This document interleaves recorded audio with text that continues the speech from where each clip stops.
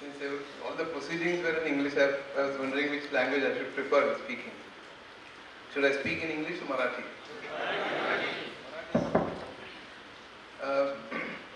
Title सुद्धा मराठीच आहे. सध्या सगळीकडे एआयच्या विषयी प्रचंड चर्चा चालू आहे. काही प्रचंड वेगवेगळ्या तऱ्हेच्या बातम्या येत आहेत.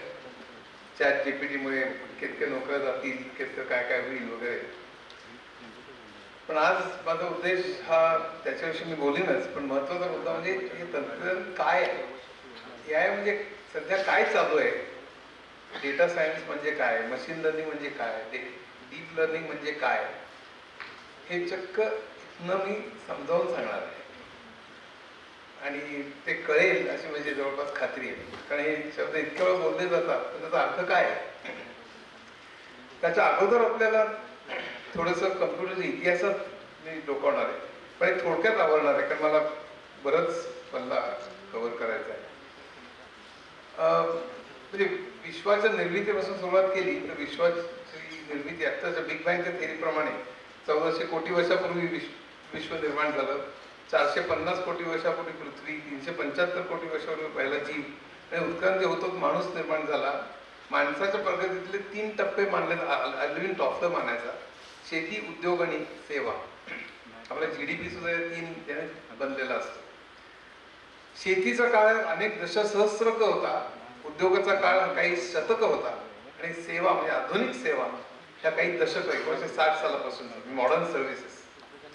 पण शेतीच्या कित्येक दशसहस्रकात जेवढी प्रगती झाली नाही, प्रगती म्हणजे तंत्रज्ञानाच्या दृष्टीने, त्याच्या अनेक पट प्रगती इंडस्ट्रियल रेव्होल्युशनच्या नंतरच्या काही शतकांमध्ये झाली. आणि विच इंटर्न की पुढे सेवा क्षेत्रात 1960च्या नंतर काही दशकांमध्ये जेवढी प्रगती झाली ती उद्योगाच्या कित्येक काही शतकांच्या सुद्धा कित्येक पट होती. Which in turn was much higher की शेतीतल्या कित्येक दशसहस्रकांमध्ये जेवढी झाली नाही त्याच्या अनेक पट उद्योगात, त्याचे अनेक पट की गेल्या 10 वर्ष, गेल्या काही दशकात. एक स्टॅटिस्टिक सांगतो, गेल्या 10 वर्षात जेवढी माणसाने तंत्रज्ञानात जेवढी प्रगती केली तेवढी प्रगती आत्तापर्यंतच्या मानवी इतिहासात झालेली नाही. माणूस काय एकदम अचानक बुद्धिमान झाला का, तर तसं मुळीच झालेलं नाही.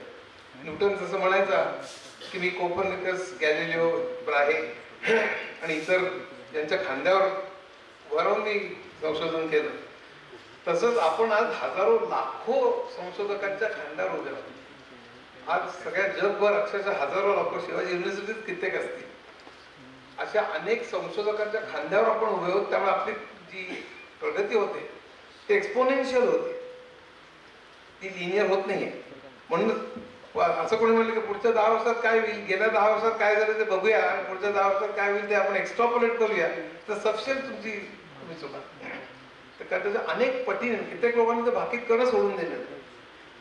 इतक्या वेगाने ही प्रगती चालली आणि त्याचा परिणाम आता जे मागे बसलेले सगळे विद्यार्थी, त्यांना मी असं ओरडून सांगत असतो सगळ्या माझ्या भाषणात, सगळ्या कॉलेजेसमध्ये, त्याचं कारण तुमचे आयुष्य ही संपूर्ण आमूलाग्र बदलणार आहे.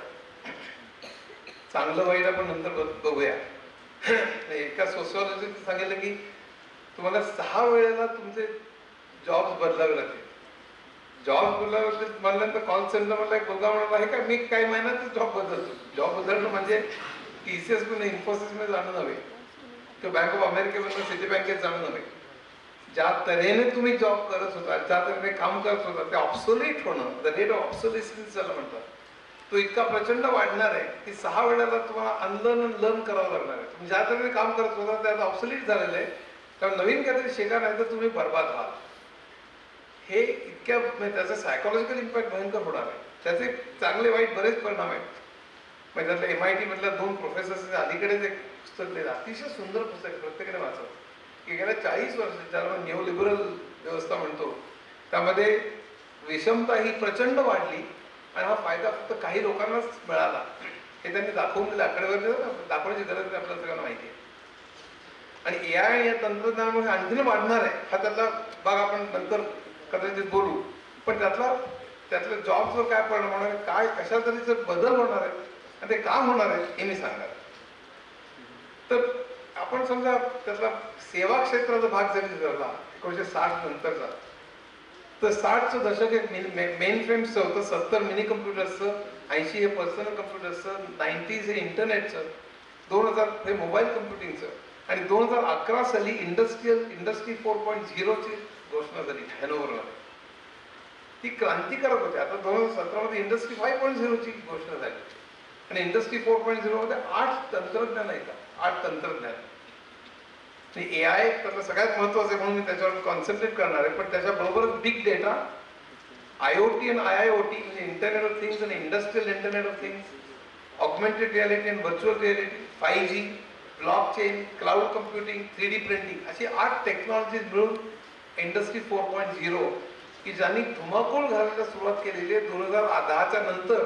आणि म्हणून मगाशी म्हटलं वेग हा एक्सपोनेन्शियल वाढतो आणि पुढच्या 20-30 वर्षात तो प्रचंड मोठा वाढणार आहे. म्हणून त्याला आपण सामोरं जायला पाहिजे. त्याचे चांगले वाईट बरेच परिणाम होणार आहेत. पण ते कसे होणार आहेत? हे 60च्या दशकात मेनफ्रेम्स होते. मेनफ्रेम खूप मोठे होते, ते रिलायबल नव्हते आणि तिथे पंच कार्ड असायचे, जुन्या लोकांना माहिती होते. आणि लोक पंच कार्ड घेऊन ते त्याचं लिस्टिंग काढायचे, ते बरोबर पंच केले की बघायचे, नसतील तर पुन्हा रिपंच करायला लागायची. आणि संबंध ते कार्ड बरोबर पंच केलेले खात्री झाली की मग रिपोर्ट काढायचे. मग ते ऑनलाईन रिअल टाईम नव्हतं. आज तुम्ही की दाबली की विमानातली सीट रिझर्व होती किंवा हॉटेलमधली किंवा थिएटरमध्ये. तसंच त्यावेळी नव्हतं. त्यावेळी त्याला पंच कार्ड हे करा, रिपोर्ट करा, आणखी करेक्ट करा. त्यामुळे ते लेट व्हायचं. बॅच प्रोसेसिंग असेल त्यामुळे ऑनलाईन रिअल टाईम फार कमी असेल आणि त्यामुळे युजर्सचा त्याच्यावर विश्वास नसेल. त्याच्यावर IBM मध्ये होतो आम्ही तर बिग बघायला जाईल का आम्हाला सिस्टम डिझाईन करायला द्या. ते आम्हाला रिपोर्ट मॅन्युअल जातो, लवकर म्हणतो तुमचं कम्प्युटर कशाला पाहिजे. तेव्हा कम्प्युटर डिपार्टमेंट हा फक्त एक शोभेची वस्तू होती. फोर्डकडे कम्प्युटर आहे म्हणून क्रायस्लरकडे म्हणून जनरल मोटर्सकडे. म्हणजे एकाने जर ॲटिकमध्ये माळ्यावर कम्प्युटर ठेवलं मिनियापोलिसमध्ये गुडघाभर बर्फ म्हणजे प्रचंड थंडी असते आणि कम्प्युटरचं हीट जनरेट करायची. तर त्यांना ते इतकं बर्फ प्रचंड मोठं वाटलं तर थंडी खूप वाजत होती. ते म्हणलं काय करा, तुझ्याकडे कम्प्युटर चालू कर म्हणत. म्हणजे कम्प्युटरचा फायदा फक्त आणि लोकांना भीती वाटायची कम्प्युटरची. मग कम्प्युटर दोनच ठिकाणी लोक चप्पल बाहेर पडून जायचे. एक म्हणजे कम्प्युटर रूम आणि दुसरं म्हणजे देऊळ.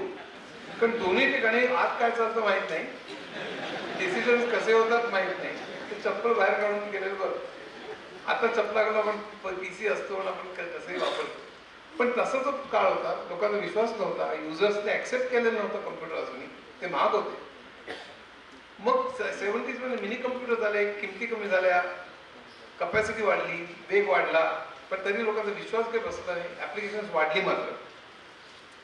नेटवर्किंग थोडं सुरू झालं होतं. ARPANET इंटरनेटची सुरुवात नुकतीच झाली होती. 80s मध्ये पर्सनल कम्प्युटर झाले आणि सगळं जग बदललं. कारण किमती कमी झाल्या, मल्टीमीडिया आला. मल्टीमीडिया टेक्स्ट, ऑडिओ, व्हिडिओ आणि फोटो ह्या चारही मीडियाच्या फॉर्मॅटमध्ये आपण कम्युनिकेट एकमेकांशी करत असतो. आता पण इतिहासात ह्याच 4 फॉर्मॅटमध्ये आपण करत आलो. जेव्हा हे चारही फॉर्मॅट 0 आणि 1 मध्ये डिजिटल फॉर्ममध्ये आपण कन्वर्ट करू शकलो. आपण कीबोर्डमध्ये कुठले अक्षर दाबलं की ते 0 आणि 1च्या स्वरूपात डिस्प्ले जातो. आपण फोटो काढला डिजिटल की तो 0 आणि 1च्या स्वरूपात स्टोअर केला जातो. ऑडिओ MP3 मोबाईलमधलं गाणं बघा किंवा पूर्वी CD बघा ती 0 आणि 1च्या स्वरूपात असते. किंवा DVD पूर्वीची किंवा व्हिडिओ कॅमेरामध्ये ते 0 आणि 1च्या, हे चारही जेव्हा 0 आणि 1च्या स्वरूपात तुम्ही स्टोअर करू शकायला लागलात, ते डिलीट करू शकायला लागलात, ते ट्रान्सफर आणि चेंज करू शकायला लागलात, तर त्याला मल्टीमीडिया म्हणतात. त्या डेटा रेट्स वेगळ्या असतात म्हणून मल्टीमीडियाला ते हँडल करण्याकरता वेगळी ऑपरेटिंग सिस्टम लागते. माझ्या ऑपरेटिंग सिस्टमच्या पुस्तकात मल्टीमीडिया ऑपरेटिंग सिस्टम चॅप्टर घालावं लागला मला. पण मल्टीमीडिया PC असताना आला, कलर्स आले, ग्राफिक्स आला, माऊस आला, ग्राफिकल युजर इंटरफेस आला, UI आला. त्यामुळे लोकांना वापरता यायला लागला कम्प्युटर. किमती कमी झालेल्या होत्या. लोकांचा कम्प्युटरवर विश्वास बसला आणि तो अनेक डेस्कवर दिसायला लागला. प्रोफेसर्सच्या, इंजिनियर्सच्या, डॉक्टर्सच्या, वकिलांच्या, अनेक मॅनेजर्सच्या. आणि लोकांना या कम्प्युटरनी धुमाकूळ घालायला सुरुवात झाली. प्रत्येक क्षेत्रामध्ये कम्प्युटर शिरला आणि नुसताच तो शिरला असं नाही, तर पहिल्यांदा कम्प्युटरने स्टेटमेंट केलं. कम्प्युटर IT म्हणजे कम्प्युटर कम्युनिकेशन मिळून त्याला IT म्हणतात, इन्फॉर्मेशन टेक्नॉलॉजी. ITने पहिल्यांदा स्टेटमेंट केलं 80s मध्ये. 2-3 डेकेड्सच्या नंतर मी तुमच्या मागे नुसतं भीक मागे घेणार नाही की आम्हाला सिस्टम डिझाईन करून द्या, तुम्ही जे मॅन्युअल करता तसंच मी कम्प्युटर करून देईन, कम्प्युटर तोच रिपोर्ट मी छापीन, उशिरा का होईना पण छापीन, तुम्ही म्हणजे पाठ चोपटा असं मी करणार नाही. आता तुम्ही माझा वापर करा, तुम्ही माझा वापर केला नाही तर तुम्ही नष्ट व्हाल कॉम्पिटिशनमध्ये. हे स्टेटमेंट, बोल्ड स्टेटमेंट पहिल्यांदा 80s मध्ये कम्प्युटर्सने केलं, पीसीज आणि नेटवर्किंगमुळे. कारण त्यावेळेला जॉब्सचं नेचरच बदललं. उदाहरण सांगतो 2-3 तुम्हाला. एटीएमच्या अगोदर टेलर क्लार्क्स होते. आपल्याला कॅश विड्रॉ किंवा डिपॉझिट करायचे असेल तर आपण जायचो बँकेत, उभं राहायचो, आपल्याला एक टोकन दिलं जायचं, आपला नंबर लागायचा, टिंग टिंग आपण विंडो पाशी जायचो आणि तिथे आपल्याला कॅश मिळायची. एटीएम झाले, टेलर क्लार्क्सचे जॉब गेले, हजारो लाखो कोट्यावधी, संपला विषय. ते अनलर्न त्यांनी केलं नाही, जुनं विसरून, तर त्यांना करण्याचं काही नव्हतं. म्हणजे नुसतं स्पीड वाढला असायला भाग नाही, जॉबचं नेचरच बदलला, जुनं ऑब्सोलीट झालं. हा ऑब्सोलेसन्स सगळीकडे दिसला. हे 80s सांगतो मी. किंवा दुसरं कॅड कॅम आम्ही पूर्वी T² घेऊन मशीन ड्रॉइंग करायचो IIT मध्ये. आम्ही नाही करायचो, कोणी केलेलं असेल 10 वर्षापूर्वी आम्ही ग्लास टोपो मारायचो. पण कोणाला तरी 10 वर्षापूर्वी करावं लागायचं ना. पण तेही आता कॅड कॅम आला, तुम्हाला ते T² घेऊन ज्याला कॅड कॅमचे फॅसिलिटीज माहीत नाही तो जॉबलेस झाला. जो नुसता ड्राफ्ट्समन होता तो जॉबलेस झाला, त्याला नवीन शिकावं लागलं. तसंच ॲनिमेशनमध्ये झालं. वॉल्ट डिझनीने आपल्या गॅरेजमध्ये कॅलिफोर्नियामध्ये शेकडो आर्टिस्ट ठेवले होते. म्हणजे मला समजा एक मांजर या टोकापासून त्या टोकापर्यंत जातायचं दाखवायचं असेल तर एक आर्टिस्ट चित्र काढायचं, मांजर या टोकाला आहे म्हणून, आणखीन एक चित्र काढायचं मांजर थोडं हल्लंय म्हणून, आणखीन एक चित्र काढायचं मांजर आणखीन थोडं हल्लंय म्हणून, असं करत करत मांजर त्या दुसऱ्या टोकाला गेलंय असं शेवटलं चित्र. ही सगळी चित्र शूट करायची आणि मग सेकंदाला 10 पेक्षा जास्त वेगाने दाखवायची. का बरं? कारण रेटिनाचं आपलं प्रॉपर्टी अशी आहे, एक चित्र 1 सेकंद टिकतं. आता 1.16 याच्यावर पण 1 सेकंद टिकतं असं गृहीत धरलं तर पहिलं चित्र पुसलं जाण्याच्या आत दुसरं जर का पडलं, दुसरं पुसलं जाण्याच्या तिसरं पडलं तर आपल्या डोळ्याची फसवणूक होते आणि आपल्याला ते मांजर ऍक्च्युली मूव्ह होतं असं वाटतं. हा ॲनिमेशनचा साधा नियम. पण वॉल्ट डिझनीचा एक टॉम अँड जेरीचा 1 तासाचा सिनेमा म्हणजे दर सेकंदाला 10, म्हणजे दर मिनिटाला 60 म्हणजे 600 आणि दर तासाला 36,000. पण it was non trivial effort. पण त्यामध्ये ट्रेसिंग अनेक ट्रिक्स वगैरे वापरून ते प्रत्येक चित्र पहिल्यापासून काढावं लागू नये अशा बऱ्याच ट्रिक्स वापरायचे आणि कित्येक आर्टिस्ट ते काढायचे, ते झालं शूट करायचं, नाही तर आपल्याला आपण आपलं टॉम अँड जेरी बघत नसायचं. मग 80s मध्ये इन बिटविनिंग नावाचं सॉफ्टवेअर, इन बिटविनिंग. ते म्हणाला मांजराचं मला एक चित्र द्या, मांजर तिकडलं चित्र द्या, मधली सगळी चित्र मी, म्हणजे ते सॉफ्टवेअर रोटेशन मॅथमॅटिक्स सगळं वापरून ते मी कॅल्क्युलेट करतो, मी डिस्कोर घालतो. हे झालं. आणि इन बिटवीन सॉफ्टवेअर नंतर हजारो आर्टिस्टचे जॉब केले. पुन्हा unlearn nature of work changes. हे आणि हे 80s मध्ये सांगतो मी. आता तर काय होणार त्याच्याकडे येणार नाही, म्हणजे त्यावेळेपासून सगळं सुरू झालं. आता तर 3D प्रिंटिंग आलं, 3D ॲनिमेशन आलं. कोलगेटची टूथपेस्ट इकडनं एकाच्या हातात अशी उडून तिकडे दुसऱ्याच्या हातात जाते वगैरे. न्यूटन आपल्या थडग्यामध्ये गरगर फिरेल, म्हणजे तुम्ही ग्रॅव्हिटी हे काय चाललंय, एक उडते काय दुसरीकडे जाते काय काय, म्हणजे पण ॲनिमेशन मध्ये तुम्ही काही करू शकता. उद्या जर का सांगितलं की ॲनिमेशन वापरायचं नाही, त्याच्यावर बंदी घातलेली आहे. आज कुठलीही जाहिरात इंडस्ट्री किंवा फिल्म इंडस्ट्री ॲनिमेशन शिवाय शक्यच नाही उभी राहणार. आणि जर का उद्या कायद्याने बंदी आणली तर पहिला मनुष्य आत्महत्या करेल तो म्हणजे रजनीकांत. तर तो म्हणून आता आयुष्यात काय अर्थ नाही. पण सांगण्याचा उद्देश असा की हे सगळं जेव्हा होत होतं किंवा जुने जॉब्स नष्ट होत होते, नवीन निर्माण होत होते, पण त्याचा रेट हा कमी होता. तो आता भयंकर वाढणार आहे की एका करिअरमध्ये 6 वेळा बदलावं लागणार. त्याच्याकडे मी येतोय. चौथं उदाहरण, टायपिस्ट. तर टायपिस्ट बसायचे बघा कार्बन कॉपीज घेऊन, आणि तो लाईन संपली की आवाज यायचा, पुन्हा मागे यायचा, दुसरी ओळ टाईप करायचं. काही चुकलं की खोडायचं वगैरे भयंकर त्रास व्हायचा आपल्याला, ते काळं व्हायचं वगैरे आपल्याला माहिती. मग वर्ड प्रोसेसर आला. वर्ड प्रोसेसरमध्ये केवढा सोयी आहेत, समास आहे, इटॅलिक्स आहे, अंडरलाईन आहे, हे ते अनेक मानकडे फोटो मग इन्सर्ट करता येतो. हे सगळं तुम्हाला जर आलं नाही तर फक्त जुने टायपिस्ट आहेत त्यांचे जॉब्स गेले. मग सातत्याने नवीन शिकणं, जुनं विसरणं, हे जे ज्यांनी केलं ते टिकले आणि कित्येक नष्टही झाले. मग त्याने आणखीन काय काय उपयोग केले. मग वर्ड प्रोसेसर DTP आला, डेस्कटॉप पब्लिशिंग. आज डेस्कटॉप पब्लिशिंग शिवाय एकही वर्तमानपत्र किंवा एकही पब्लिशिंग शक्यच नाही उभं राहणं. म्हणजे समजा एखाद्या पब्लिशरने ठरवलं की मी DTP वापरणार नाही आणि त्याचे इतर लोकांनी ठरवलं तुम्ही DTP वापरा, तर तो नष्टच होईल कॉम्पिटिशन. उदाहरण सांगतोय, समजा 10 वाजता रात्री वर्तमानपत्राची बातमी आली की अमेरिकन प्रेसिडेंटचा खून झालेला आहे. अमेरिकेत 8 प्रेसिडेंटचे खून झाले जातात. तर एक खून झालाय 10 वाजता असेल की बातमी आली, तर पूर्वीच्या काळी ते पैसे लावलेला असेल, खेळ जुळवणी त्याला म्हणतो, लावलेला असेल तर काही करू शकत नाही. दुसऱ्या दिवशी इव्हिनिंग न्यूज मध्ये तुम्हाला छापावं लागेल. आता तुम्ही पहिल्या पानावर जे तुम्ही छापणार होता ते तिसऱ्या पानावर ढकलणं आणि पहिल्या पानावर इंटरनेटवरून त्या सगळ्या बातम्या आणि फोटो सगळे घेऊन छापणं हे 10 मिनिटात होऊ शकतं. दिस इज मॅजिक. एखाद्या वर्तमानपत्राने सांगितलं आम्ही नाही DTP वापरत, तर ते घेणारच नाही कोणी, तर ते ताज्या बातम्या येणार नाही. मग कॉम्पिटिशन फेकलं जाईल.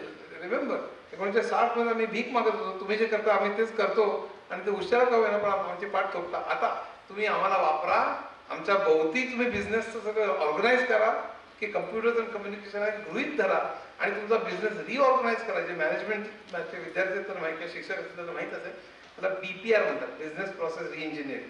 ते जनरल इलेक्ट्रिकनी पहिल्यांदा हे त्याचं स्वीकारलं आणि सगळे बिझनेसेस IT धरून त्यांनी रिऑर्गनाईज करायला सुरुवात केली, नवीन सिस्टम बिल्ड करायला सुरुवात केली. मी तेव्हा अमेरिकेत होतो बराच काळ, सगळे GE माझे सगळे कस्टमर्स होते, सगळे GE आमचे कस्टमर्स होते. सगळीकडे जायचं तेव्हा BPR वॉज अ बझवर्ड.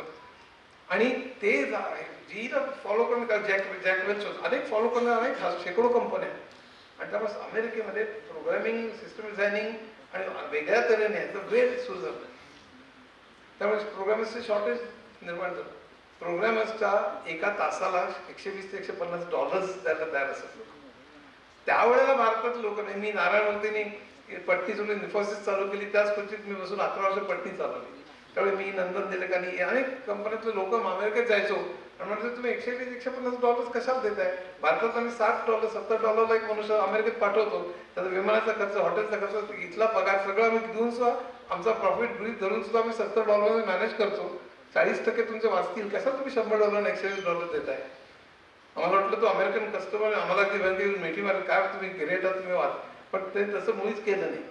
कारण सगळ्या चॅनल्सनी भारतात साप आहेत, हत्ती आहेत आणि गारुड आहेत असं सगळी आपली प्रतिमा होती, ती फार खोटी नव्हती. पण तिथे त्यांचं ती कल्पना घालवायला चिक्का महिनेच गेली की क्रेडिबिलिटी गॅप घालवायला. शेवटी ती गेली आणि 80च्या दशकात 1,00,000 वरती माणसं तिकडे गेली. तर आम्ही बॉडी शॉपिंग किंवा ऑनलाईन सर्व्हिसेस म्हणायचो. त्यामुळे क्रेडिबिलिटी गॅप ही भरली गेली. 1990च्या दशकात जेव्हा इंटरनेट आला तेव्हा आम्ही म्हणलं आता इंटरनेट आलं तर सॅटेलाइट लिंक्स आहेत, तेव्हा आम्हाला माणसं कशाला पाठवता, आम्ही इथनंच काम करतो. आणि मग भारतामध्ये हैदराबाद, पुणे, चेन्नई, मुंबई ही सगळी सेंटर्स निघाली. कॉल सेंटर्स, BPOs आणि सॉफ्टवेअर सेंटर्स निघण्याचं कारण सॅटेलाइट लिंक्स आली आणि तोपर्यंत क्रेडिबिलिटी ही गेली. हे भारताच्या ITचा इतिहास. मग 2000 साल आलं आणि मोबाईल कम्प्युटिंग आलं. पण त्याच्या अगोदर मला सांगायचं, आणि मोबाईल कम्प्युटिंग इंडस्ट्री 4.0 त्याच्याकडे मी येणार की तोच आपला मुख्य विषय. पण त्याच्या अगोदर मला एक गोष्ट सांगायची की चेंजेस कसे घडणार आहेत उद्याच्या जगात.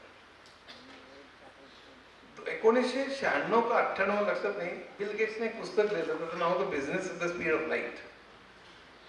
ते इतकं पुस्तक सुंदर होतं की विनोदाने म्हणायचो की ते पुस्तक इतकं सुंदर होतं की बिल गेट्सने लिहिलं असणं शक्य नाही. पण तो विनोदाचा सोडून जाऊ.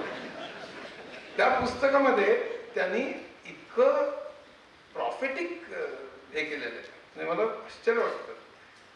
त्यातल्या कित्येक गोष्टी आज खऱ्या घडलेल्या नाही आहेत, काही घडलेल्या आहेत.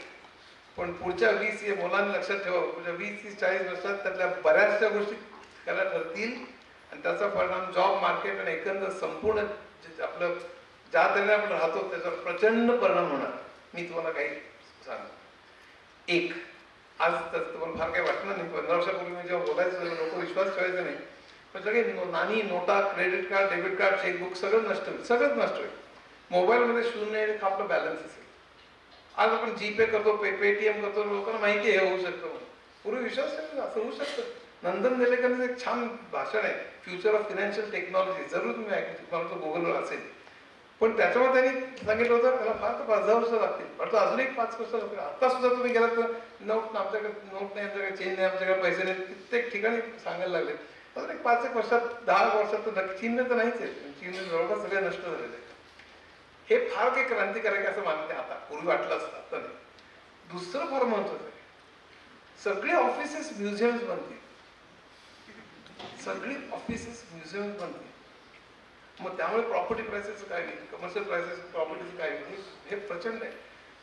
त्याचं कारण तुम्हाला एक लक्षात ठेवा, तुम्हाला जर का जायचं असेल तर तुम्ही प्रवास करा आणि करावा, पण प्रवास करण्याची सक्ती जाईल.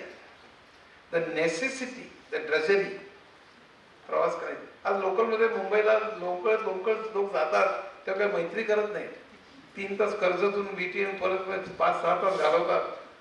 ते कर्जत एक्स्ट्रीम एक्झाम्पल झालं, पण दुसरंही तरी झालं. इव्हन पुण्यामध्ये 2 तास 3 तास जाण्या येण्यामध्ये खर्च होतो.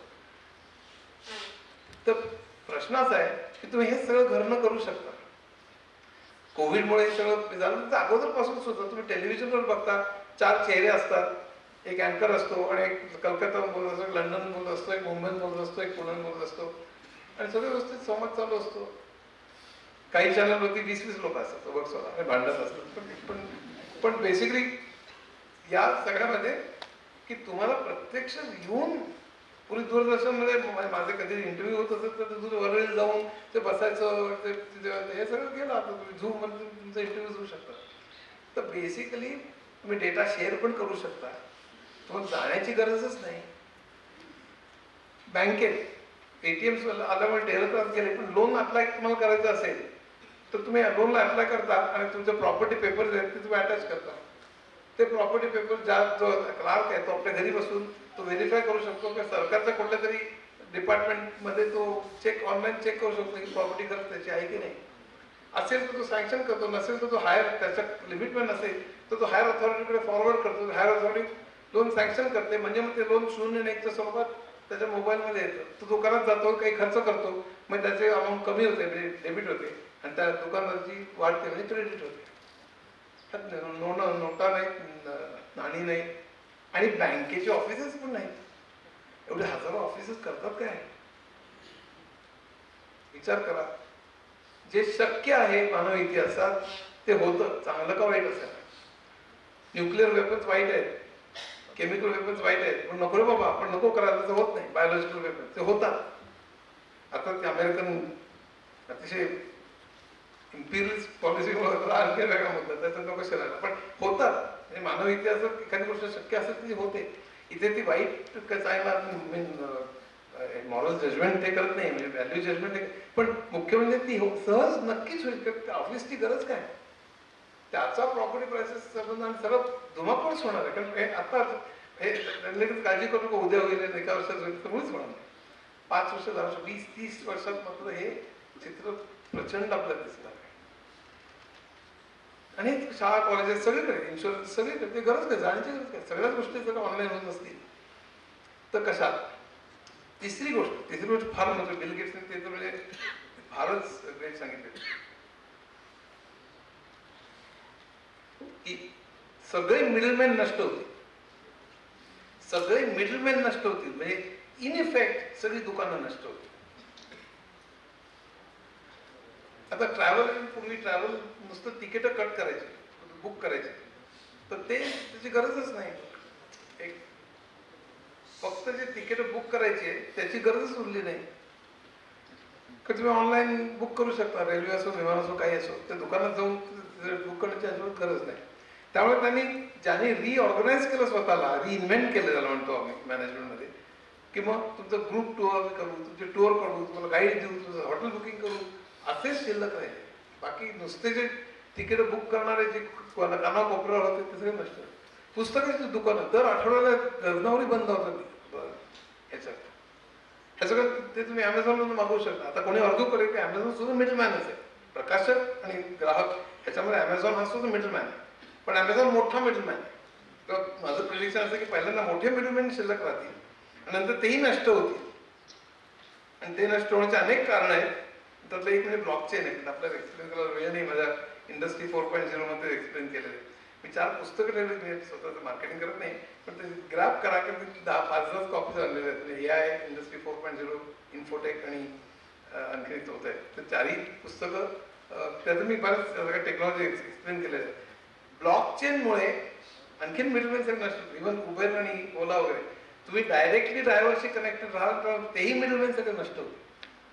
आता तुम्ही शर्टाचे दुकान पाहिजेत कशाला? कारण मी म्हटलं मला लुई फिलिप काय जो काय ब्रँड असेल, माझं 40 साईज, निळा कलर, हाफ शर्ट, असं म्हटलं की ऑगमेंटेड रियालिटी नावाची जी टेक्नॉलॉजी आहे त्या ती वापरून तुम्हाला तो शर्ट कसा दिसेल हे प्रत्यक्ष शर्ट विकत न घेता तुम्ही बघू शकता. कसा फिट होईल, कसं दिसेल, कसा फील होईल इथपर्यंत तुम्ही बघू शकता. ऑगमेंटेड रियालिटी नावाची टेक्नॉलॉजी, तो सगळं बघायचा कसा दिसेल, निळा नको पिंक घेऊन आता हा सगळं सिलेक्ट करायचा, असं बघायचं, सगळं बघायचं मोबाईलवरती आणि मग ऑर्डर करायचा डायरेक्टली लुई फिलिपच्या का रेमंडच्या वेबसाईटवर. ही दुकानं कशाला पाहिजे? आज नष्ट नाही होणार, कदाचित 2-4 वर्षात नाही होणार, 10-20-30 वर्षात मला खात्री नाही. बोटांचं तसंच, घरातल्या रंगांचं तसंच. आजच ज्वेलर्स कंपनी आहे, इथं अनेक कंपन्या आहेत, त्या ऑगमेंटेड रियालिटी वापरून तुमच्या मोबाईलवरती तुमच्या भिंतीला हा कलर दिला तर कसा दिसेल, तो कलर कसा दिसेल ते दाखवू शकतात. तर तुम्हाला ते पेंटची सगळी दुकानांची गरज काय आहे? तुम्ही डायरेक्टली तिकडनं ऑर्डर करू शकता. पहिल्यांदा चेक करून की इथे निळा, इथे हिरवा, इथे गुलाब, हे चॉईस वाईट आहे सोडून द्या, पण तुम्ही याची सिलेक्ट करून म्हणाल की ठीक आहे, हा हे कलर आम्ही घेऊ आणि मग डायरेक्टली ऑर्डर करा. ते प्रत्येक टाईमचं तसंच. आज तुम्ही जाहिरात बघाल, टीव्हीवरती एक जाहिरात आहे, मोबाईलवरती झाला तुम्ही टाईम तुम्हाला सिलेक्ट करा, ही चौकटीची की अमुक वेगळ्या कलरची, वेगळ्या पैसे, आणि ही टाईम माझ्या फ्लोरला कशी दिसेल हे तुम्हाला दाखवू शकते ती तिथल्या इथे. आणि मग तुम्ही डायरेक्टली टाईल्सच्या दुकानातलं नाही, सॉरी, टाईल्सच्या मॅन्युफॅक्चररकडनं ऑर्डर करू शकाल.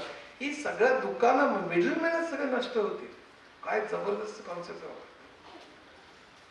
म्हणजे काल जे पियुष गोयलने सांगितलेलं आहे की अमेझॉनवरती तर राग काढलेला आहे. म्हणजे नॉर्मली पियुष गोयल काय बोलतात तसे मी सहमत आहे की ना मुद्दा नंतर आपण बोलू, पण या बाबतीमध्ये तो बरोबर आहे असं मला वाटतं. रिटेलर्स जे लहान लहान दुकानं आहेत त्याच्यावर परिणाम प्रचंड झालेला आहे अमेझॉनमुळे. ही खरी गोष्ट आहे. आणि उद्याच्या जगामध्ये ते आणखीन वाढत जाईल.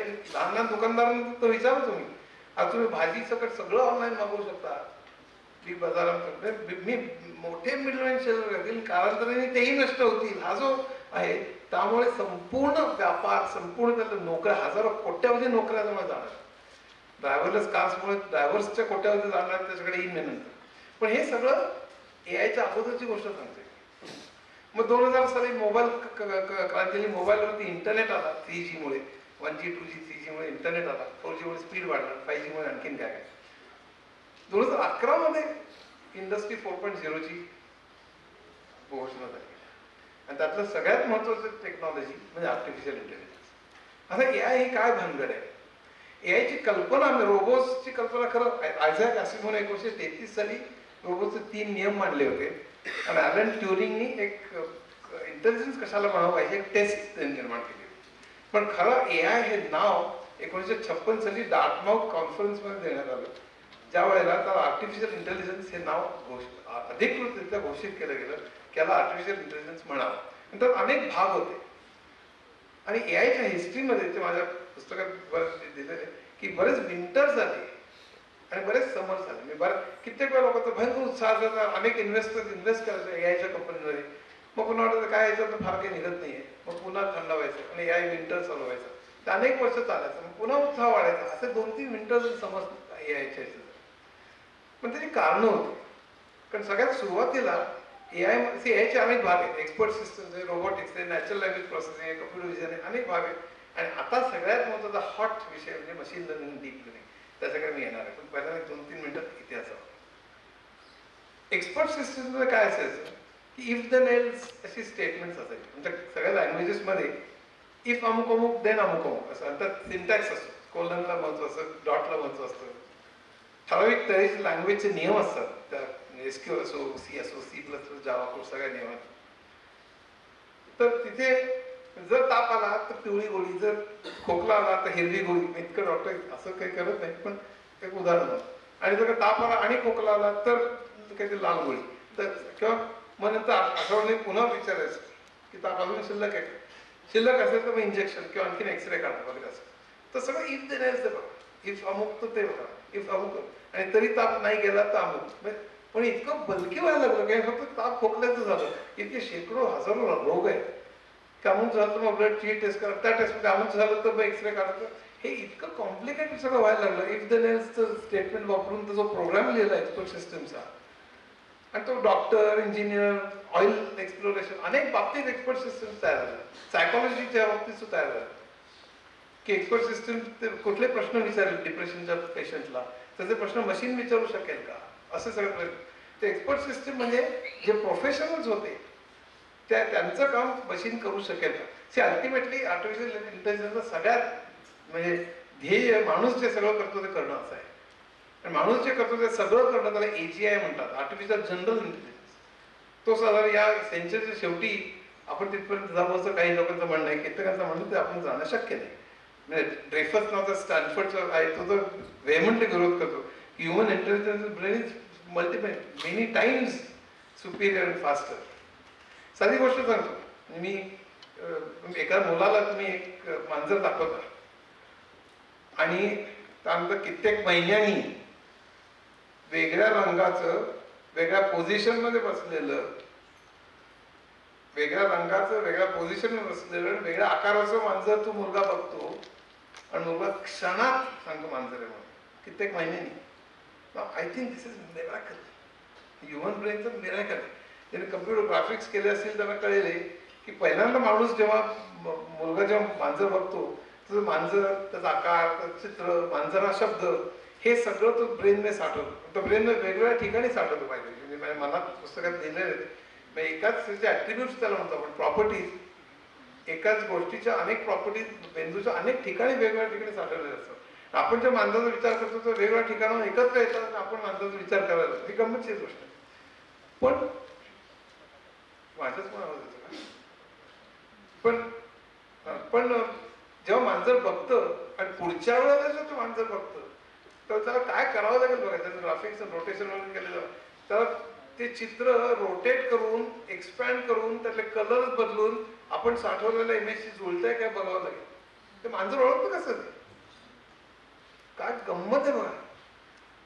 ते मांजर क्षणार्धात बघून ते ओळखणं ही किती मिरॅक्युलस गोष्ट. त्याचा विचार करतो तुमच्या लक्षात येईल हे कम्प्युटरवर करणं शक्य आहे का? आणि GPU झालेले, ग्राफिकल प्रोसेसिंग युनिट, आता तर भयंकर फास्ट प्रोसेसिंग युनिट्स आले आहेत, पण तरी ते येईल का?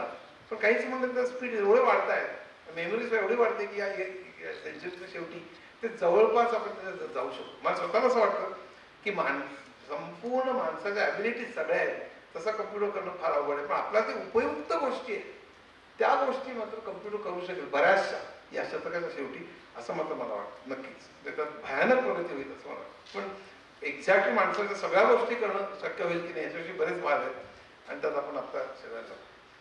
पण एक्सपर्ट सिस्टमचं असं वर खाली झालं, लोकांचा विश्वास बसला, इन्व्हेस्टमेंट झाला, मग खाली गेल्या. रोबोटिक्स आलं. पहिल्यांदा रोबोट लिमिटेशन्स होती. म्हणजे कन्व्हेअर बेल्टमध्ये समजा लाल रंगाचा साबण असेल आणि एक हिरवा आला तर त्याला काढायचं वेगळं काहीतरी, तो उचलून तो बाजूला ठेवायचा.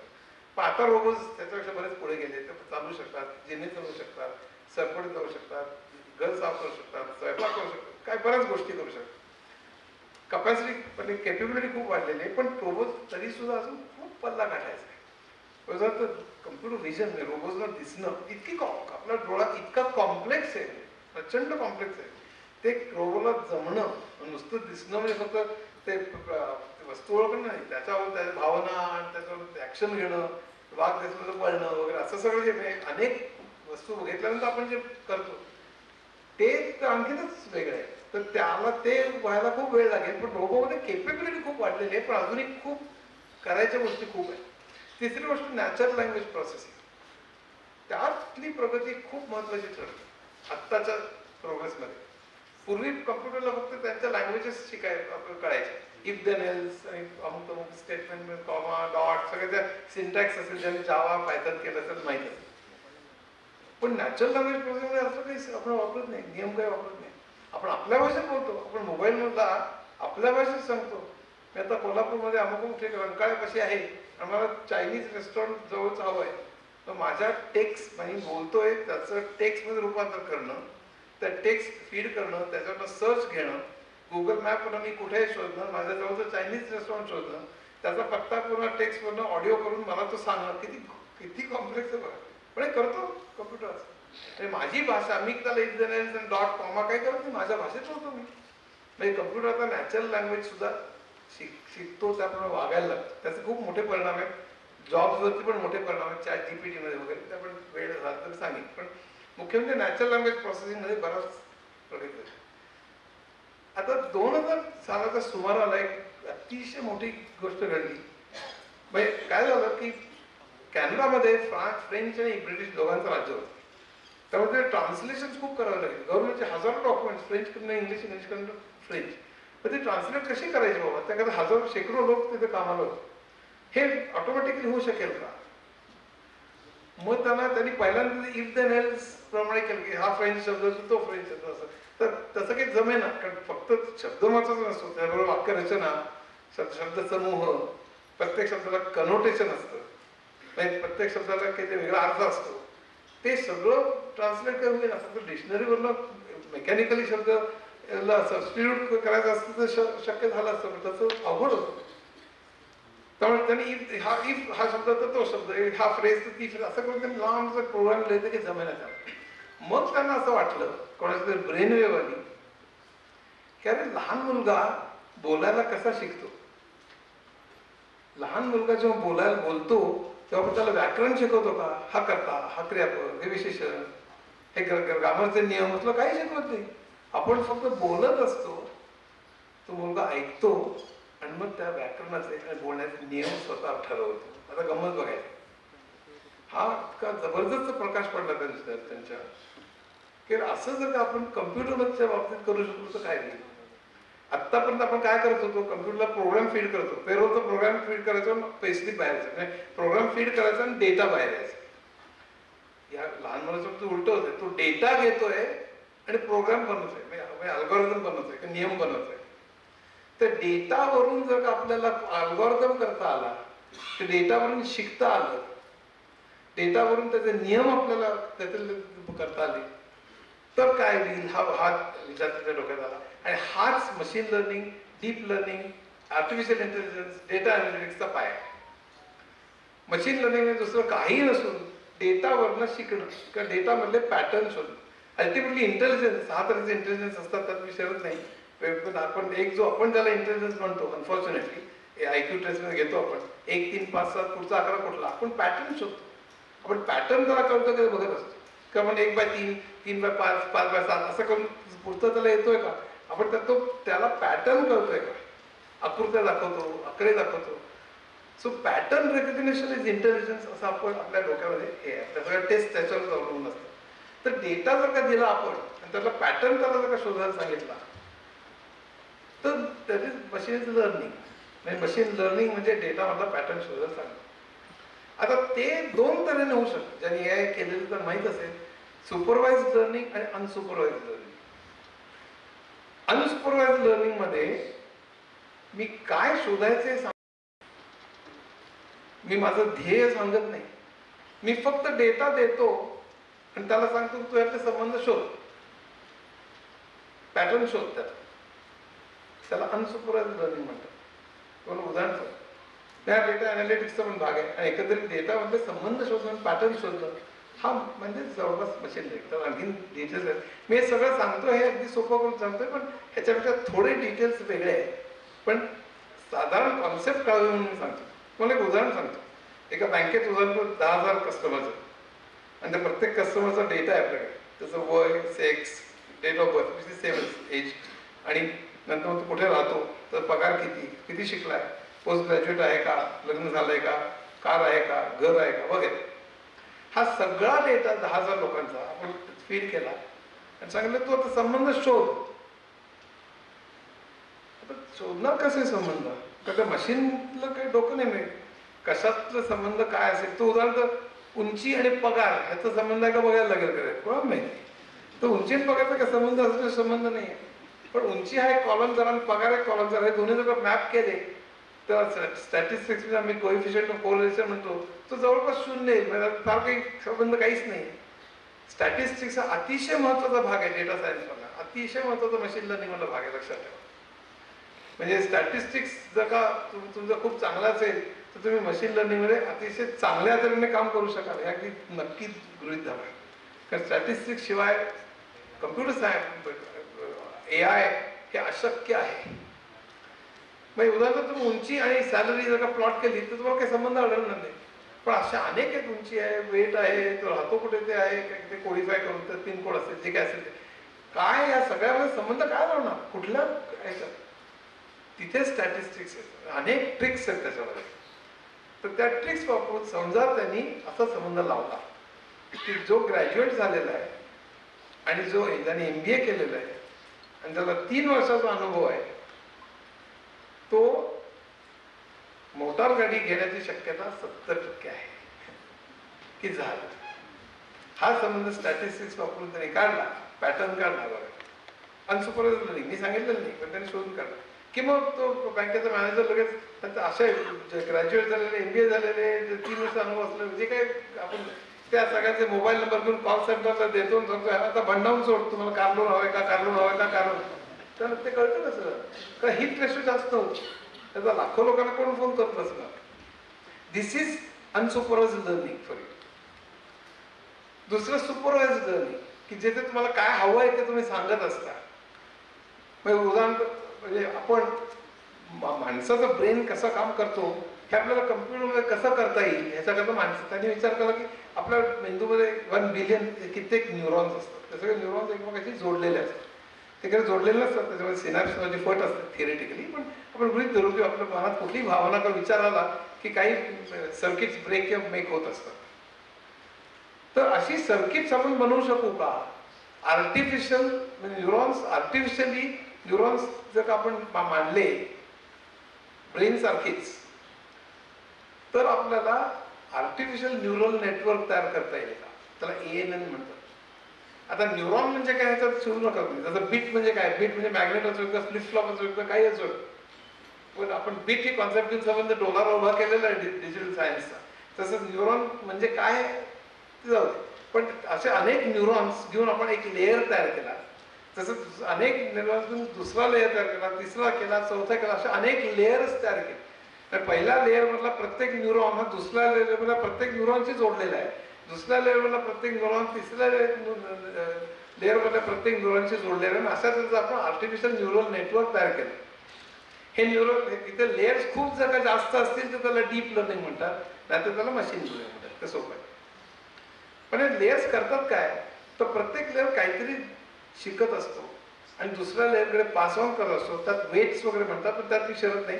त्यात काही गोष्ट जास्त वेटेज देतो आणि काही गोष्टी कमी देतो आणि असं करतो. दुसऱ्या लेअरला पास ऑन करतो, मग दुसरा आणखीन काहीतरी शिकतो, मग तिसऱ्या पास ऑन करतो, तर चौथ्याला पास ऑन करतो. असं करत करत करत सगळ्यात शेवटी तो काहीतरी निर्णय काढतो. तो निर्णय जर का बरोबर नसेल तर ते पुन्हा बॅकवर्ड पुन्हा ते चेन होऊन पहिल्यांदा ते वेट्स कमी जास्त करून पॅरामीटर्स त्याला म्हणतो आपण, ते कमी जास्त करून पुन्हा त्याला तू सांगतो की तू मला पाहिजे उत्तर तू करतोस. उदाहरण देतो तुम्हाला काय, समजा मी मांजराचं चित्र ठरवलं, त्याला सांगितलं तू मांजर ओळखायला शिक. हे अगदी क्रूड सांगतोय, हे नक्की बरोबर आहे, मी अगदी केवळ कॉन्सेप्ट कळावी म्हणून सांगतोय, ह्याचा प्रत्यक्षशी संबंध नाही. पण आपल्याला कॉन्सेप्ट कळण्याकरता फक्त मी एक उदाहरण म्हणून देतोय. एवढं लक्षात. त्याचं मशीन लर्निंग शिकणारे लोक माझ्यावर काव करत येतील हे काय चाललंय म्हणून. तसं काही करू नका. उदाहरण पहिला लेअर त्याच्या पायांकडे बघेल. तुम्हाला 4 पाय आहेत. मांजर असण्या शक्यता 15%, कुत्रा असण्या शक्यता 15%, हत्ती असण्या शक्यता एवढी आहे, अमुक असं. आणि तो दुसऱ्या लेअरकडे पाठवेल.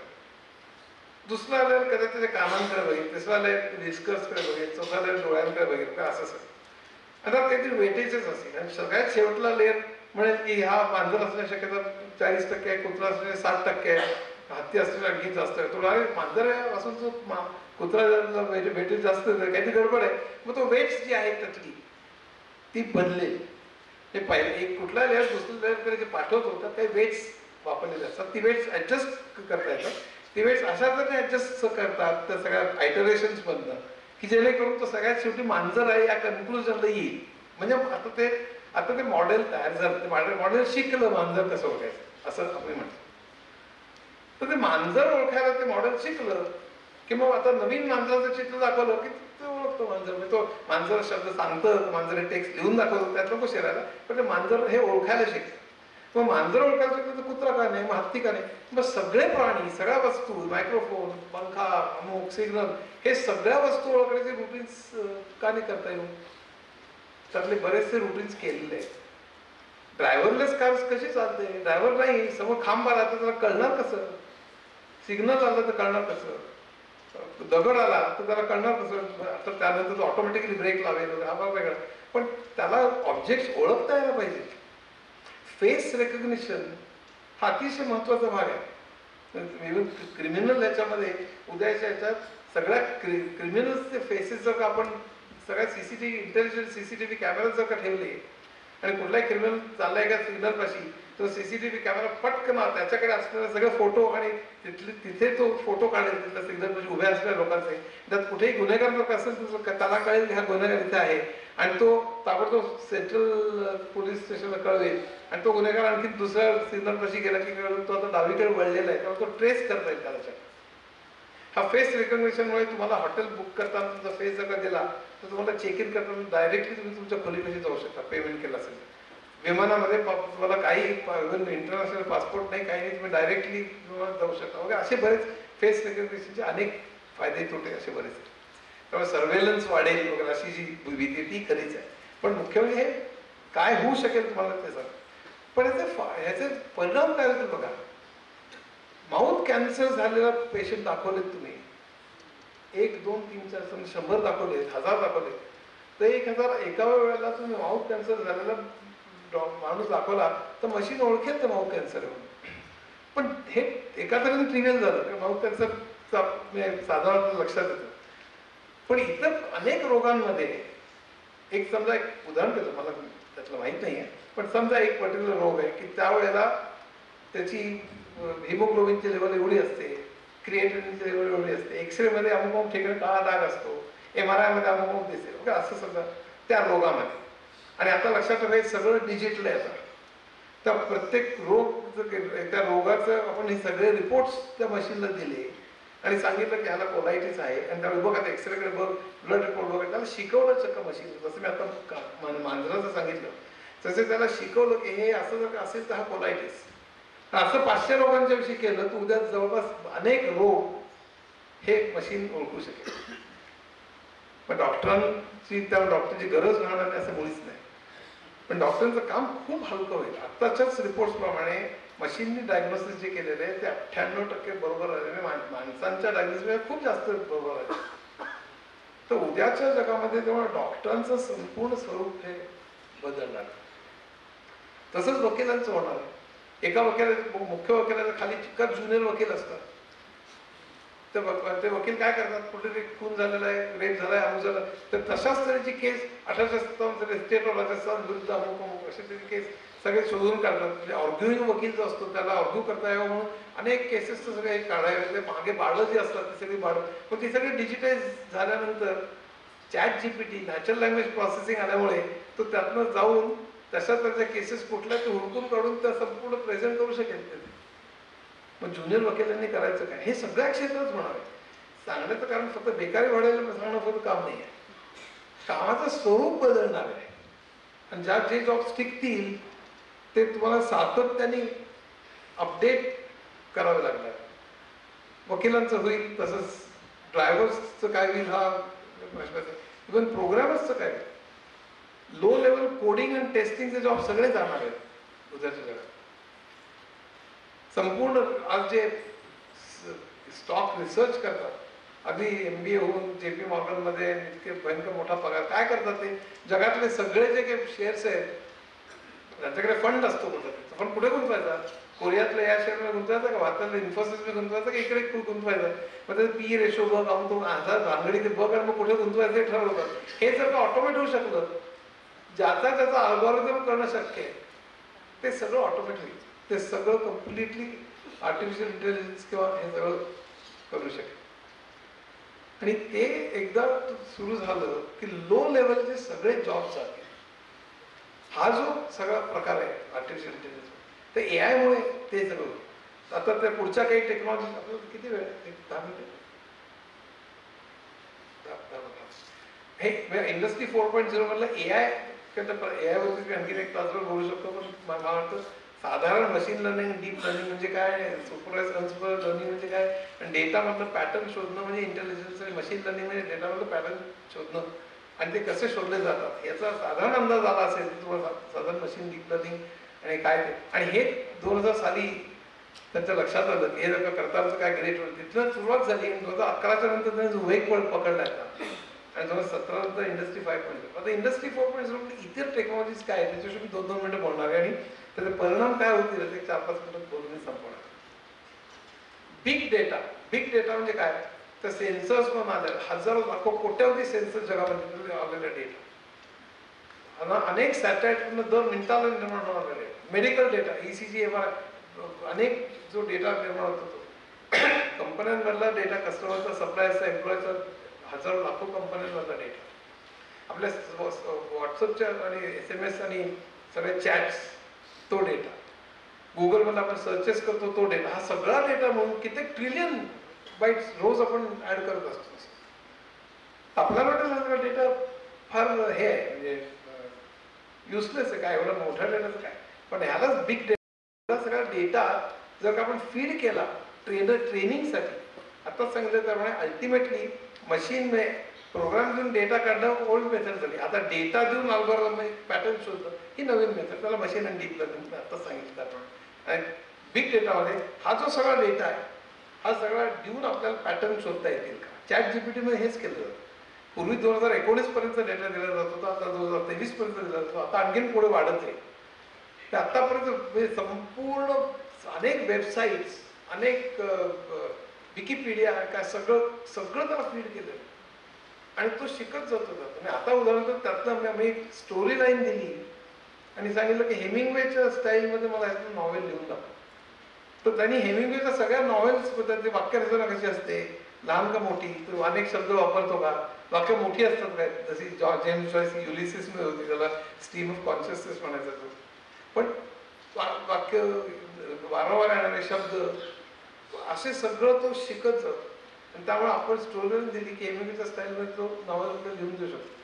150 गाणी ऐकवली शंकर जयकिशनची, आपण नुसते शब्द दिले तर उद्या तो आपल्याला शंकर जयकिशनच्या स्टाईलनी चाल लावू शकेल. आपण त्याला अनेक व्हॅन गॉगची चित्र दाखवली आणि त्याला नुसतं एक सांगितलं की डोंगर आहे, ते आगळी जाती आहे, मागे झोपडी आहे, व्हॅन गॉगच्या स्टाईलने चित्र काढतो. तो व्हॅन गॉगच्या स्टाईलने चित्र पुन्हा तेच डेटावर शिकणं, पॅटर्न शोधणं आणि तो पॅटर्न म्हणून नवीन तयार करणं. चॅट GPTचा फरक फक्त एवढाच आहे, लक्षात ठेवा की आतापर्यंत पॅटर्न शोधून तो काहीतरी रिझल्ट देत असेल. Chat GPT large language models म्हणतात.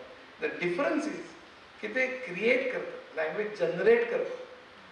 तुम्ही जर टाईप करता तर पुढचा शब्द तुम्हाला सजेस्ट करतं वगैरे, ते एका तऱ्हेने ते तुम्हाला फक्त सजेस्ट करतं, पण तेव्हा ते जनरेट करतो शब्द. आणि एक शब्द ते काही नसताना ते तुम्हाला तुमच्या भाषेमध्ये तुम्ही ज्या तऱ्हेने लिहिता त्या तऱ्हेने तुमचा पहिला शब्द येतो, मग तो पहिला शब्द गृहीत धरून मग दुसरा शब्द सजेस्ट करतो, पहिले 2 शब्द गृहीत मग तिसरा, असं करत करत एक पॅराग्राफ झालं की सेंटेन्स झालं की पॅराग्राफ झालं की पूर्ण एसे.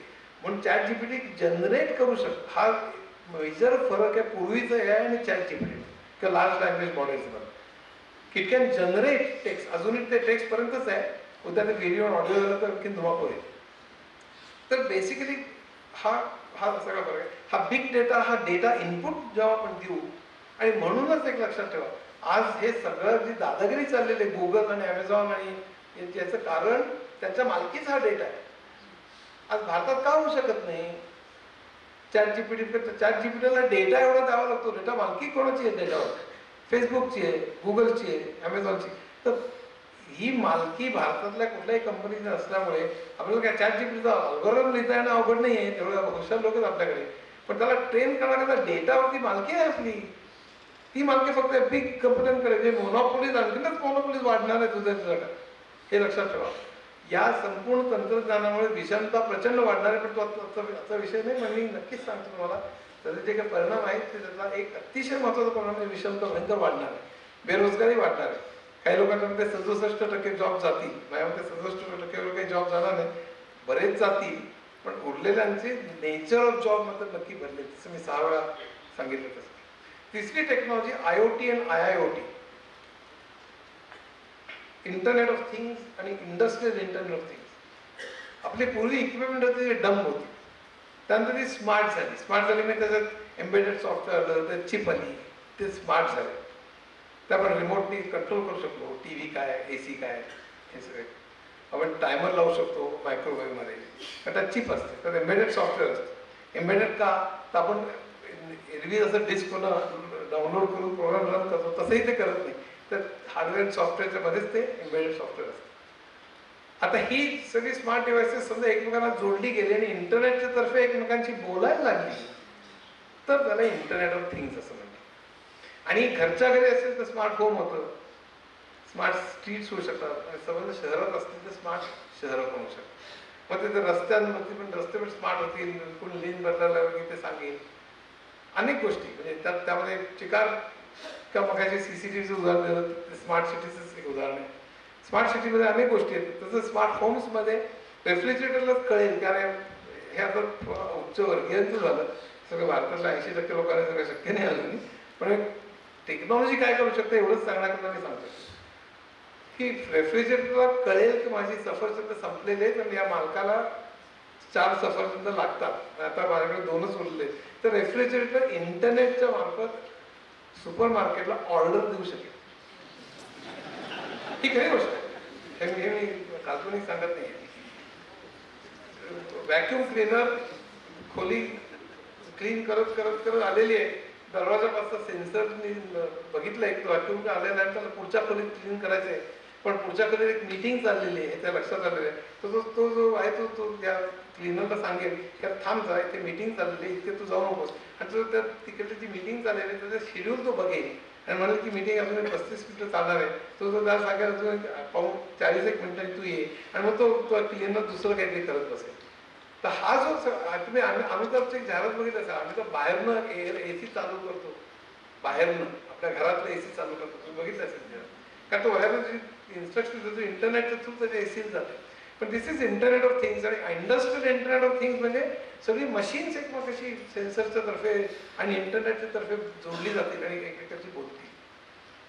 एक मशीन करते सिक्वेन्सिंग आणि त्याला शेड्युलिंग म्हणतात, त्या मशीन नंतर या मशीनकडे ते सगळं शेड्युलिंग त्याची मदत होईल. समजा एखादं मशीन डाऊन होणार असेल किंवा मेंटेनन्सच्या ते वेळ जवळच असेल तरी सांगेल. कार चाललेले असताना कार्बोरेटर खराब होत असेल तर सांगेल कार्बोरेटर मेंटेन करण्याची पाळी आलेली आहे. खूप जर खराब होत असेल तर तुझा गॅरेजचा पत्ता सांगेल आणि वळवेल तिकडे, असं सगळं. तर या IoT आणि IIoT हा सुद्धा म्हणजे बिग डेटा IoT IIoT हा तसंच 3D प्रिंटिंग आहे. आत्तापर्यंत प्रिंटिंग आत्तापर्यंत मॅन्युफॅक्चरिंग कसं होतं आणि ह्यांनी सगळं इंजिनिअरिंग आणि मॅन्युफॅक्चरिंग खरंच आमूलाग्र बदलणार लक्षात ठेवा. आत्तापर्यंत मॅन्युफॅक्चरिंग सबट्रॅक्टिव्ह मॅन्युफॅक्चरिंग, जसं स्कल्प्टर एक दगड घेतो, दगड कोरून आपल्याला पाहिजे तशी मूर्ती तयार करतो, तसं इथे एक पत्रक आहे, पत्रक स्टील काय जे काय असेल ते लेथवरती तुम्ही ते कापायचं, जो आकार पाहिजे तो सबट्रॅक्ट करायचं जे नको आहे ते डिझाईन तुम्ही कम्प्युटर घालून त्याच्यावर तुम्ही करायचं NC मशीन वापरून. पण तरी जो NC मशीन वापरून सुद्धा तुम्हाला नको तो भाग काढून टाकायचा तुम्ही, त्यामुळे सबट्रॅक्टिव्ह मॅन्युफॅक्चरिंग तुम्हाला जे पाहिजे तसं करायचं. आता एडिटिव्ह मॅन्युफॅक्चरिंग तुम्हाला जे करायचं आहे तो पार्ट त्याचं डिजिटल इमेज ही कम्प्युटरवरती असेल आणि त्याचं मोल्टन पावडर किंवा मोल्टन फॉर्ममध्ये ती वर्ण येईल आणि तर लेअर बाय लेअर तो पदार्थ मॅन्युफॅक्चर होईल. म्हणजे ॲडिटिव्ह मॅन्युफॅक्चरिंग. आणि थेरी नाही, आज डेंटल सर्जरीमधले अनेक भाग 3D प्रिंटिंग तयार होतात, नॅनोने तयार होतात, 3D प्रिंटिंगने तयार होतात. विमानात वापरलं जाणारे कित्येक 3D प्रिंटिंग होतात. आज 3D प्रिंटिंगनी एक संपूर्ण इमारत बांधली गेलेली आहे, एक देऊळ बांधलं गेलेलं आहे. उद्या सिव्हिल इंजिनिअरिंगचं काय होईल आणि काय अजून मास प्रोडक्शन तर शक्य नाही आहे, रिसर्च चालू आहे. पण ते जर शक्य झालं तर संपूर्ण इंजिनिअरिंग आणि संपूर्ण हे सगळं काय होईल उद्या जगात, त्यामुळे जॉब्सवर काय परिणाम होईल. म्हणजे मला सांगण्याचं उद्देश असं की हे सगळं जे आहे ना त्या सगळ्यामध्ये आपलं आयुष्य जरा विस्कळीतच होणार आहे, सगळ्याच बाबतीत विस्कळीत होणार आहे. आणि हे सांगतोय मी नुसतं भाकीत काहीतरी रंगवतोय अशाला बघणे. आता कित्येक गोष्टी सुरू झालेल्या आहेत, कित्येक ड्रायव्हरलेस कार्स टेस्ट झालेल्या आहेत युरोपमध्ये, अमेरिकेत.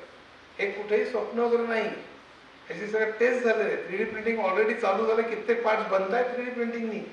ऑगमेंटेड व्हर्च्युअल रिअलिटी ही ऑलरेडी आलेली आहे, ती पुढे जेव्हा जाईल तेव्हा व्हर्च्युअल रिअलिटीने ट्रॅव्हल इंडस्ट्रीचं सफा होणार आहे. की तुम्ही घर बसल्या न्यूयॉर्कमध्ये फिरताय असं घर बसलं मला वाटायला लागेल. घर बसल्या तुम्ही नायगार हात घालताय, नायगार धबधब्यासमोर प्रत्यक्ष जाण्याची काही गरजच नाही. हे जे सगळं होणार मेटानी फेसबुकने तर मेजर हे केला होता की आपण फक्त टेक्स्च्युअल मेसेजेसने एकमेकांशी कनेक्ट होतोय. आता प्रत्यक्ष आपण कुठल्याही घरात न होता एकमेकांना आपण भेटल्यासारखा आभास निर्माण करू शकतो का? म्हणून खरं मी फेसबुकने मेटा नाव बदललं, ते हिस्ट्री नको जायला. पण त्यामध्ये आज नाही होणार. हे सगळं सांगतोय मुलांना लक्षात घ्या. आज नाही, पण तुमच्या करिअरच्या मध्ये 20% आहे तसंच जग चालेल, आहेत तसंच प्रोग्रामिंग लँग्वेजेस आहेत, तसं हे काही होणार नाहीये. डेटाबेसेस बदलतील, प्रोग्रामिंग लँग्वेजेस बदलतील. माझ्या आयुष्यामध्ये बेसिक +2, व्हिज्युअल बेसिक, फोर्ट्रानचे अनेक वर्षन्स, कोबॉलचे अनेक वर्षन्स, जावा, एडा सगळे काही मला येत नव्हते, निम्मे येत होते. पण माझ्या करिअरमध्ये मला बघायला मिळाले. पण प्रत्येकाला पर्पज होता. बेसिक एज्युकेशनसाठी होतं, कोबॉल कमर्शियलसाठी होतं, फोर्ट्रान सायंटिफिकसाठी होतं, जावा इंटरनेटसाठी होतं, सी पोर्टेबिलिटीसाठी होतं, एडा मिलिटरीसाठी होतं. उद्याच्या जगात तुम्ही मंगळावर जाल, अनफॉर्च्युनेटली लोकांना कसं जास्तीत जास्त मारायचं आहे त्याचा रिसर्च करा. अनफॉर्च्युनेटली आताची जशी पॉलिसी चालू आहेत अमेरिकेच्या आणि इतर, पण जे काय असेल त्यामध्ये लँग्वेजेस वेगळे असतील, ऑपरेटिंग सिस्टम्स वेगळ्या असतील. त्यामुळे करायचं काय मग माणसं? तर माझा सल्ला फक्त, आणि एक लक्षात ठेवा, ज्या कंपन्यांनी ह्याच्याकडे दुर्लक्ष केलं त्या कंपन्या त्यांची धुळधाण उडाली. नोकिया माझा कस्टमर होता, फिनलंडला अनेक वेळ जायचा. नोकिया केवढा मोठा होता तुम्हाला कल्पना नसते. प्रत्येकाच्या हातात नोकिया होता. संपला नोकिया, कारण अँड्रॉइड त्यांनी स्वीकारलं नाही. की सिंपल गोष्ट, संपला. म्हणताय $1 बिलियन कोसळला पत्त्याच्या डावासाठी. कोडॅकची जी फिल्म होती, अॅनालॉग फिल्म होती, त्यात 22 ते 23 बरेच लेयर्स होते. त्याला गर्व होता की माझी मोनोपोली ही कोणाला कळणार नाही म्हणून, की माझ्यासारखी फिल्म कोणी बनवू शकणार नाही. 80s का अर्ली 90s मध्ये त्यांचा एक सीईओ बदलून दुसरा सीईओ नेमण्याची पाळी आली. एक सीईओ अॅनालॉग फिल्मलाच चिकटून बसला होता, दुसरा सीईओ डिजिटल आपण करू असं म्हणत होता, डिजिटल फिल्मकडे जाऊ. त्यांची बोर्ड मिटिंग झाली, बऱ्याच चर्चा झाल्या. शेवटी त्या अॅनालॉग वाल्याला ते निवडलं आणि कोडॅक संपली. फुजी फिल्म आणि इतर अनेक कंपन्या पुढे गेल्या. मी अनेक यांची उदाहरणं देऊ शकतो. अनेक कंपन्या आणि तेच माणसांचं पण होणार आहे. जी माणसं अनलर्न करू शकणार नाही, जी माणसं स्वतःला बदलू शकणार नाही आणि सातत्याने नवं शिकणार नाही, ती माणसं उद्याच्या जगात पेरीफेरीला फेकली जाते. ती नष्ट होतील का? नाही. मग काहीतरी सरकारी योजना निघतील, काहीतरी त्याला मिळेल. पण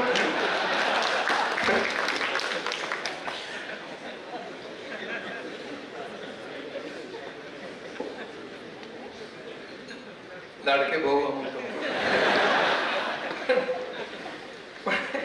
पण मुख्य म्हणजे तुम्हाला जर का लीडर व्हायचं असेल, तुम्हाला ड्राईव्ह बुक करायच्या असतील गोष्टी, तर तुम्हाला 3-4 गोष्टी मी सांगून थांबणार. एक म्हणजे तुम्हाला तुमचे फंडामेंटल्स नक्की चांगले पाहिजे. आता एवढे लँग्वेजेस सांगितले, पण तो लँग्वेज म्हणजे काय, लँग्वेजचं स्ट्रक्चर काय असतं, सॉफ्टवेअर इंजिनिअरिंग म्हणजे काय, चांगला प्रोग्राम लिहिणं म्हणजे काय, हे तुम्हाला जर का पक्क माहीत असेल. किंवा डेटाबेसेस बदलतील, पण डेटाबेस म्हणजे काय, किंवा ऑपरेटिंग सिस्टम म्हणजे काय, कम्प्युटर आर्किटेक्चर म्हणजे काय, हे माहीत असेल तुम्हाला बेसिकली, तर किती बदल झाले तरी तुम्हाला अनलर्न करता येईल. तुम्हाला करावं लागेलच, पण ते करणं शक्य होईल तुमचे फंडामेंटल चांगले असतील तर. कुठल्याही फील्डमध्ये असेल, IT असेल, मेकॅनिकल असेल, अकाउंटंट असेल, फंडामेंटल्स तुमचे अतिशय स्ट्रॉंग असणं, रादर दॅन ए पर्टिक्युलर वर्षन. कित्येक लोक येतात 9 मध्ये मुलाला शिकवतो म्हणजे कसलं वर्षन काय, तुझं पहिल्यांदा database, operating system, architecture, basic कम्प्युटरचे फंडामेंटल क्लिअर कर तुमचे, ते असतील तर त्याला कुठलंही वर्षन घालून काही करतो जाईल. पण तर फंडामेंटल्स क्लिअर पाहिजे आणि सातत्याने बदलण्याची तयारी पाहिजे. पॉईंट नंबर 2, उद्याच्या जगात पर्सनॅलिटी चांगली पाहिजे. आजच्या जगातही पाहिजे, पण उद्याच्या जगात पर्सनॅलिटी चांगली पाहिजे. हे काही फार चांगलं आहे असं लागत नाही. ती गप्प बसणारा, अतिशय शांत मुलगा, स्वभावी मुलगा, हा खूप अतिशय उपयोगी समाजाला ठरू शकतो. पण आजचं इतकं मार्केटिंगचं जग आहे, मला फार आवडत नाही ते करून. पण उद्याच्या जगात काय गरज आहे मी तो सांगणं माझं कर्तव्य म्हणून सांगतोय. तुम्हाला म्हणजे आता सगळ्याच गोष्टी वाईटच असं नाही. म्हणजे आर्ट ऑफ लिसनिंग म्हणतात, तुम्ही इतरांचं ऐकणं. मी कित्येक ग्रुप डिस्कशन घ्यायचो, सिलेक्ट करायचो माणसाला करायला. 7-8, 5-6 मुलं एक विषय द्यायचो आणि प्रत्येक मुलं भयंकर तावाने लगेच अग्रेसिव्हली बोलायला लागेल. पण त्यातला एक मुलगा सगळ्यांचा ऐकायचा आणि शेवटी कोजंटली, अतिशय लॉजिकली पण एम्फॅटिकली त्याला जे म्हणायचं ते अगदी छानपैकी मांडायचं थोडक्यात. मी त्याला सिलेक्ट करायचो. म्हणजे ऐकून घेणं, लॉजिकली बोलणं हे अत्यंत महत्त्वाचं. लिडिंग बाय एक्झाम्पल म्हणतात. तुम्ही इगोइस्ट आणि इगोटिस्ट असून उपयोग नाही. कितीही हुशार तुम्ही असाल पण तुम्हाला भयंकर मला सगळं येत आहे असं करून चालत नाही. म्हणजे आजचं उद्याचं जग टीमवर्कच आहे. म्हणजे न्यूटन वगैरे सफरचंदाच्या झाडाखाली बसून त्यांनी ग्रॅव्हिटी काढली, ते वादाचा विषय आहे. पण असं गृहीत धरू की सफरचंदाच्या झाडाखाली बसून त्यांनी तो ग्रॅव्हिटी काढली. तुम्ही कुठल्याही झाडाच्या खाली बसू नका, काहीही होणार नाही. टीम वर्क शिवाय काहीही शक्य नाही. आज आम्ही सॉफ्टवेअरचे प्रोजेक्ट रन करतो त्यावेळी सांगतो की 20 लोक आहेत, हा प्रोजेक्ट आहे अमेरिकेत, मी सॉफ्टवेअर एक्सपोर्टमध्ये जे आयुष्य काढलं, आपल्याला पाठवायचं आहे, सगळ्यांनी मिळून अमुक तू प्रोजेक्ट मॅनेजर, हा टीम वर्क, हा टीम लिडर, हा टेक्निकल आर्किटेक्ट वगैरे डिवाइड करायचं. ते प्रोजेक्ट चाललं. फार्मास्युटिकल्समध्ये 40 लोकांचा ग्रुप, इतकं बजेट आहे. डायबिटीजमध्ये आपल्याला एक मॉलिक्यूल शोधायचं आहे आणि 6 महिन्याने करायचं, कारण कॉम्पिटिशन 4 महिन्यात करणार आहे, 8 महिन्याने करणार, हे काय. तर हे टीमवर्क शक्य आहे. माझ्या ओळखीचे कित्येक लोक आहेत, अतिशय कॉम्प्लिकेटेड, अतिशय ॲबस्ट्रॅक्ट विषय, quantum physics, string theory, memory theory असल्या करणारे माझे स्टॅनफर्ड MIT मध्ये मित्र आहेत, TIFR मध्ये मित्र आहेत. ते सगळं टीमवर्क, त्याचे कोलॅबोरेशन चाललेलं असतं. मी एकटा बसून कधी करतो असं नसतं, सारखे एकमेकांशी बोलत असतं. सो टीमवर्क, इगोइस्ट आणि इगोटिस्ट असून चालणार नाही. Teamwork, good communication. कम्युनिकेशन स्पोर्ट्समध्ये असं ग्लोबल, त्याच्यामध्ये इंग्लिशला मी महत्त्व देईन, पण कुठल्याही भाषेत तुम्ही चांगल्या करणे किंवा कम्युनिकेट करता आलं पाहिजे, पटवून देता आलं पाहिजे तुमचा पॉईंट.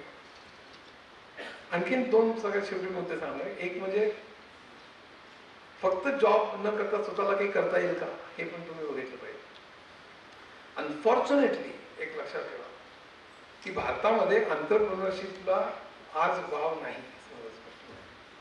इव्हन रिसर्चला मला शिवाजी युनिव्हर्सिटीचं अतिशय कौतुक करावं वाटतं की इथे खूप मोठ्या प्रमाणात रिसर्च चालू आहे. आत्ता MOU साईन झाला, आत्ता मला VC सांगत होते इथे खूप मोठ्या प्रमाणात रिसर्च चालू आहे.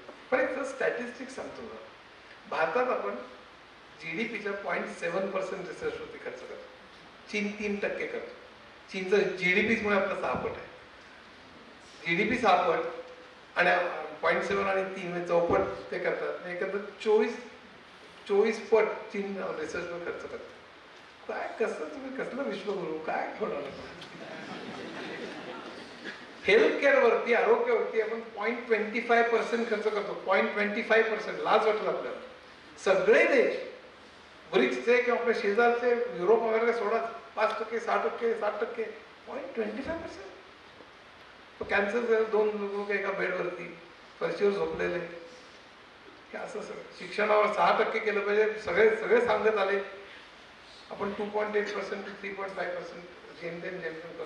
सगळे देश, युरोप वगैरे सोडा, सगळे ब्रिक्स मधले देश, शेजारचे, बांगलादेश, सगळे 5%, 6%, 7% करतात. कसं पुढे जाणार. तर हे सगळं आपण केलं पाहिजे. तो वेगळा विषय आहे, मी आता पुन्हा ट्रॅक बदलत नाही. पण मुख्य म्हणजे असं की R&D वरती भर दिला पाहिजे, एंटरप्रेन्योरशिप वरती सुद्धा भर दिला पाहिजे. आणि अनेक गोष्टी आपण इनोव्हेट आपण करायला सुद्धा शिकलं पाहिजे. And last but not the least, इथे असलेले सगळे विद्यार्थी, तुम्ही सुस्थितीत असलेले विद्यार्थी असं विद्यार्थी, पण 50% लोक आज अशा परिस्थितीत आहे की त्याला नीट खायला मिळत नाही. अजून कित्येक कंदिलात अभ्यास करतात, कित्येक 2-2 किलोमीटर चालत जावं लागतं पाण्यासाठी. तर तुम्ही किती डेटा सायन्स करा, अमेरिकेला जा, पैसा मिळवा, काही करा, पण या उरलेल्या अर्ध्यात भारताला विसरू नका. आणि त्याच्यासाठी आपल्याला काय करता येईल हे तुम्ही जर विचार केला तर तुम्ही एक यशस्वी म्हणून राहणार नाही, पण एक चांगला माणूस म्हणून सुद्धा उदयाला. धन्यवाद.